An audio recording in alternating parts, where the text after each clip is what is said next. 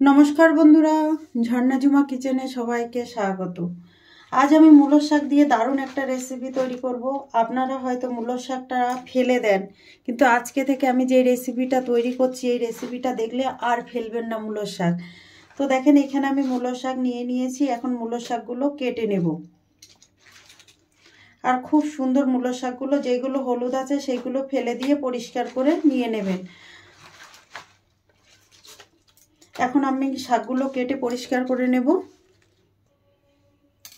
এখন আমি দেখেন মূলোর শাকগুলো কুচিয়ে নেব, আর এই সাইডটা বাদ দিয়ে দেব, শুধু পাতাগুলো আমি নেব। এগুলো কিন্তু আপনি ভেজেও খেতে পারেন।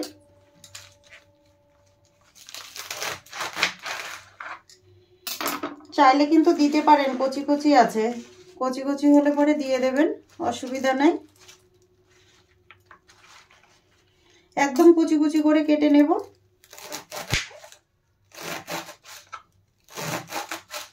দেখেন এইরকম কুচি কুচি করে কেটে নিতে হবে। দেখেই বুঝতে পারছেন কতটা কুচি কুচি করে কেটে নিচ্ছি। দেখেন মূলোর শাক আমার কুচনো হয়ে গেছে ভালো করে।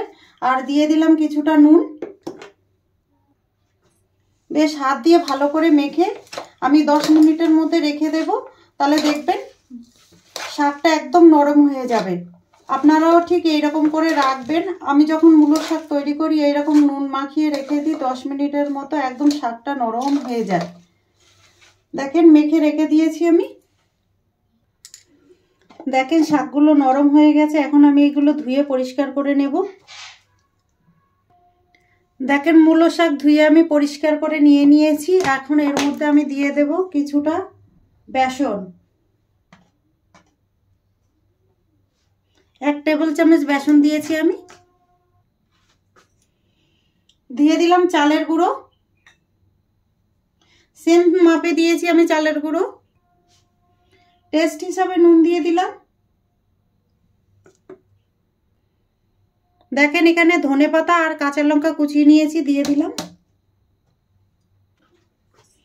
এখন আমি ভালো করে মেখে নেব।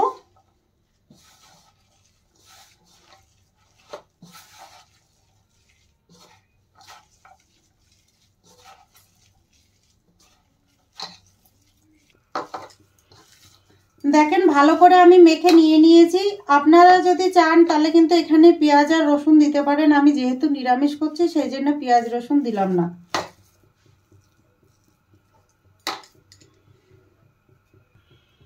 কড়াইতে দেখেন আমি সরষের তেল গরম করে নিয়েছি। আর এখন আমি দেখেন বড়াগুলো ভেজে নিচ্ছি।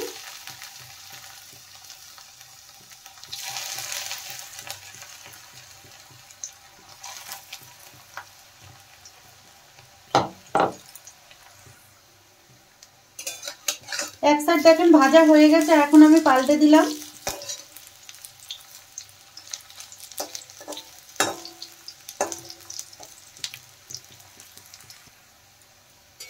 দেখেন বড়াগুলো ভালো করে আমি ভেজে নিয়েছি।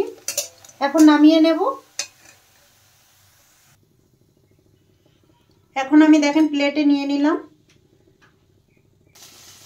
তৈরি হয়ে গেছে মূলোর শাকের বড়া। এই রেসিপিটা যদি আপনাদের ভালো লাগে তাহলে আমার চ্যানেলটাকে সাবস্ক্রাইব করবেন, লাইক করবেন, কমেন্ট করবেন আর অবশ্যই শেয়ার করবেন।